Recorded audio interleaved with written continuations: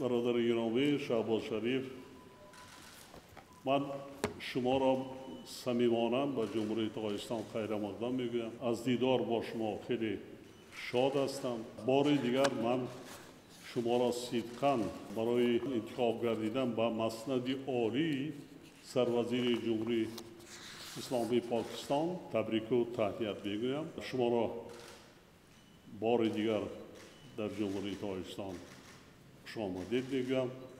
باوری کامل دارم که این سفر شما باز مناسبت و همکاری های دو کشور دوست و برادر را به سطح‌های صفتا نو بلند می‌بردارد. بار دیگر خوش آمدید برادر.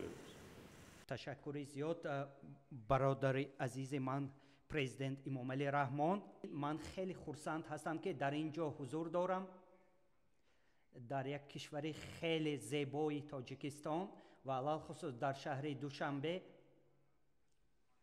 و این سفر اولین من به شهر دوشنبه است و من خیلی میندار هستم برای تکلیف شما، برای تشریف از کشور شما و من انتظاری محاکمه های خیلی جالب با شما در رفته وقتی من در شهر دوشنبه باشد و ما در یک جایگی مناسبت های برادران ما را تحکیم می‌باشیم و به سطح عالی می‌رسانیم در سمت های گوناگون، در سمت های سودا، سرمایه‌گذاری، فرهنگ و اینچنین مناسبت های استراتژیکی و ما شما را با راهبری خیلی خوب شما در کشور تاجیکستان تبریک میگویم و تبدیل در دادن به کشور به یک کشور معاصر رشد کرده. تشکر زیاد بار دیگر برای تکلیفتون و از دیدار شما خیلی شاد هستم.